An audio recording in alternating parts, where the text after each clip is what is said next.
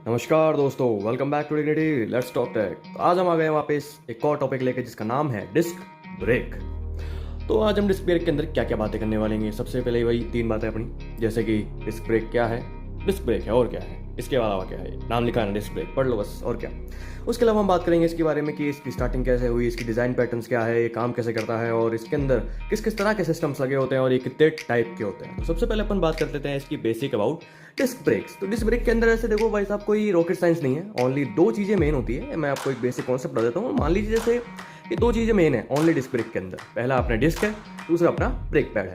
तो मान लीजिए कि अपनी एक मेरी डिस्क है, इसके तरफ दोनों तरफ एक पैड्स लगा दिए, दो ब्रेक ब्रेक पैड्स ओके। अब मैं क्या करूंगा, उन दोनों ब्रेक पैड से इस डिस्क को रोकने की कोशिश करूंगा। अब क्या ये डिस्क टायरों के साथ घूम रही है, ये डिस्क क्या है टायरों के साथ अटैच्ड है। जहां तक अपन ने कभी भी गाड़ी देखी होगी तो उसके अंदर ये डिस्क देखी होगी। अब ये डिस्क क्या है कि टायरों के साथ जुड़ी रहती है और टायरों के साथ घूमती है। अब ये ब्रेक जो है, ये ब्रेक रहते हैं बिल्कुल परमानेंट और ये रहती है रोटेशन के अंदर। तो ब्रेक क्या करेंगे, ब्रेक पैड्स दोनों तरफ लगे रहेंगे तो इसको दबाकर स्क्वीज मतलब एज अ रोकने की कोशिश करेंगे, क्योंकि ये एंटी फ्रिक्शन मटेरियल से बने होते हैं। ये हो गया अपना अबाउट बेसिक, बिल्कुल बेसिक। इससे ऊपर जाना ही नहीं है, अपने को बिल्कुल बेसिक पे रहना है, ठीक है। और अपन बात करें इसकी स्टार्टिंग के बारे में, तो इसकी स्टार्टिंग हुई थी फेडरिक विलियम लैनचेस्टर से। डब्ल्यू मैंने इसलिए रखा क्योंकि बहुत बड़ा नाम है इस आदमी का, इतना बड़ा नाम पता नहीं कि क्या करता है ये आदमी। तो इसकी शुरुआत हुई थी 1890s के अंदर एज अ कॉन्सेप्ट। इसका स्टार्टिंग डेवलपमेंट जो हुई थी 1890s में हुई थी बाय फेडरिक विलियम लैनचेस्टर, जिन्होंने इसकी शुरुआत करी थी और 1902 में आकर ये सक्सेसफुली यूज हुआ ओके। वैसे कई लोग कहते हैं कि ड्रम ब्रेक की शुरुआत भी इसी टाइम पे हुई थी, तो हाँ उसी टाइम पे हुई थी, लेकिन अगर मुझसे कोई दिक्कत या गलती हो जाए तो माफ़ कर देना। और हाँ, I can subscribe to channel okay. तो अगले टॉपिक पे बढ़ते हैं इसकी बेसिक डिज़ाइंस के बारे में। तो ये इसकी ओवरऑल द बेसिक डिज़ाइन, बिल्कुल बेसिक पे चल रहा हूँ मैं, कोई एडवांस लेवल नहीं, सेंसर ABS फेबीएस ऐसे कुछ नहीं कर रहा मैं, ओनली बेसिक पे चल रहा हूँ। तो जहाँ तक आप जैसे देख सकते हो कि ये होती है डिस्क, इसके ऊपर लगा होता है कैलिपर। अगर आपने देखा हो किसी भी कार के अंदर टायर खोल के, वैसे तो टायर खोलने का काम क्या है, अलॉय व्हील वगैरह उठाने हो तो वो अलग बात है।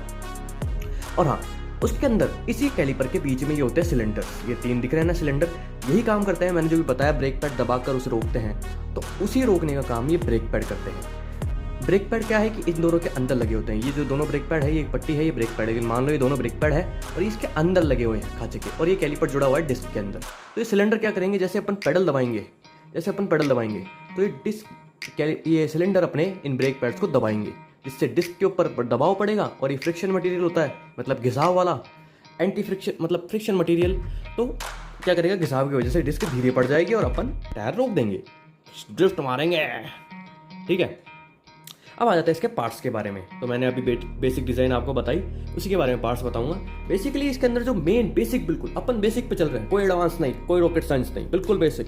इसके अंदर चार मेन पार्ट्स होते हैं। सबसे पहले अपनी डिस्क आ गई जो टायरों के साथ घूमती है। दूसरा अपना आ गया कैलिपर मैंने भी आपको बताया, जो ब्रेक पैड्स को और बाकी जो इंस्ट्रूमेंट्स है, जैसे कि अपना अपना जो सिलेंडर आ गया, अपनी जो फ्लूइड की वायरिंग आ गई, वो भी इससे जुड़ी होती है। आपने कई बार जो ABS सेंसर वगैरह सुने होंगे, वो भी इसी के अंदर लगते हैं, कैलिपर के अंदर ही। कैलिपर के अंदर नहीं लगते वो, व्हीलर के अंदर लगते हैं।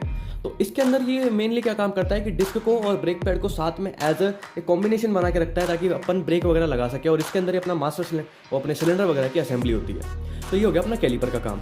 कैलिपर के अंदर ही आप जहाँ पे देख सकते हो ये सिलेंडर लगा होता है, ये कुछ इस तरीके का होता है। इसके पीछे की साइड होता है फ्लूइड, इससे अपन जैसे ब्रेक लगाएंगे पीछे से फ्लूइड करेगा। अब फ्लूइड कंप्रेसर होता नहीं है तो किसी ना किसी को धक्का देगा और वो देता है सीधा इस ब्रेक पैड को धक्का। अब ब्रेक पैड इसी तरीके से मतलब उल्टे तरीके से डिस्क पर लगे होते हैं और वो उसको एज अ स्क्वीज करने का काम करते हैं, लेकिन स्क्वीज हो नहीं सकती इसलिए वो रुक जाती है।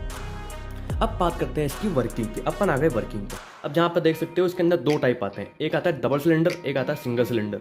तो डबल सिलेंडर तो यहाँ पे देख सकते हो कैलिपर के दोनों तरफ सिलेंडर होता है, मतलब दोनों ब्रेक पैड के लिए अलग अलग सिलेंडर।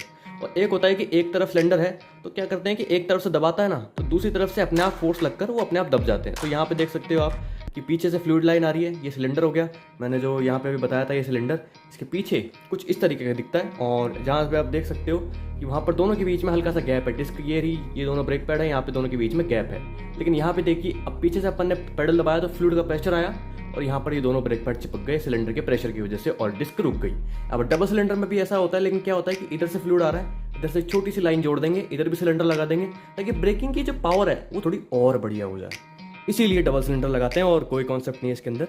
अब चलते हैं अपन इसके थोड़े फुल्ली एक्सप्लेन कॉन्सेप्ट के अंदर। मैं जो बता रहा था आपको पेडल वाला सिस्टम, वो कुछ इस तरीके का है। जैसे कि आप यहाँ पे देख सकते हो अपन जैसे मान लो कि जैसे पेडल दबाते हैं, यहाँ पे ये पेडल दबाया इस इंसान ने, अब आप इसको क्या बोलोगे, इसे बोलते हैं वैसे अपन डायफ्राम, जो कि एज अ वैक्यूम का काम करता है। अपने जो पेडल सॉफ्ट दबता है, अपना जो सॉफ्ट पेडल दबता है वो इसी के कारण दबता है, क्योंकि वैक्यूम क्रिएट करता है एज अ पेडल को सॉफ्ट करने के लिए, क्योंकि हार्ड हो गया तो किसी के बाप से नहीं लगना पेडल, ठीक है।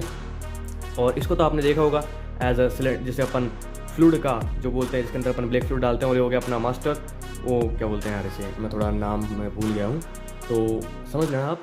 इसके अंदर जो होता है अपने स्प्रिंग सिस्टम लगा होता है, तो ये क्या करता है, जैसे अपन पेडल मारते हैं थोड़ा सा फ्लूइड ऑलरेडी पहले से इसके अंदर होता है, जो इसके अंदर से थोड़ा सा फ्लूइड एक्स्ट्रा में पहले से यहाँ पे चल जाता है, वो कैलिपर्स के अंदर जाता है, कैलिपर से सिलेंडर के अंदर, सिलेंडर से सीधा ब्रेक पैड पे प्रेशर। तो कुछ इस तरीके का फुल्ली कॉन्सेप्ट होता है। ये होता है पूरा एक्सप्लेन छोटे से के अंदर, बिल्कुल बढ़िया। इसके अंदर ये अपना डायफ्राम भी आ गया, मास्टर सिलेंडर भी आ गया, ऊपर ब्रेक फ्लूइड की बोतल भी आ गई, फ्यूल लाइन भी आ गई, कैलिपर भी आ गया, ब्रेक पैड्स भी आ गए, डिस्क भी आ गई। ये पूरा हो गया अपना। अब इसके अंदर टाइप कौन कौन से होते हैं, तो डिस्क के अंदर अपने मेनली 2 टाइप की आती है। एक तो प्लेन, बिल्कुल सादी, बिल्कुल सिंपल, कोई मेकअप वेकअप नहीं, कुछ नहीं, बिल्कुल सिंपल, बिल्कुल साधारण। एक आती है अपनी वेंटिलेटर्स के साथ, जिसके अंदर अपने ड्रिल छेद भी होते हैं, कईयों के अंदर इंटरनल ड्रिल्स भी होती है, ग्रूव्स भी होते हैं, ब्लॉक्स भी होते हैं, इस तरह की आती है। एक आती है बिल्कुल प्लेन, तो ये क्या होती है, थोड़ी जल्दी गर्म होती है, हीट को अच्छे से आइसोलेट नहीं कर पाती, अच्छे से डिस्ट्रीब्यूट नहीं कर पाती।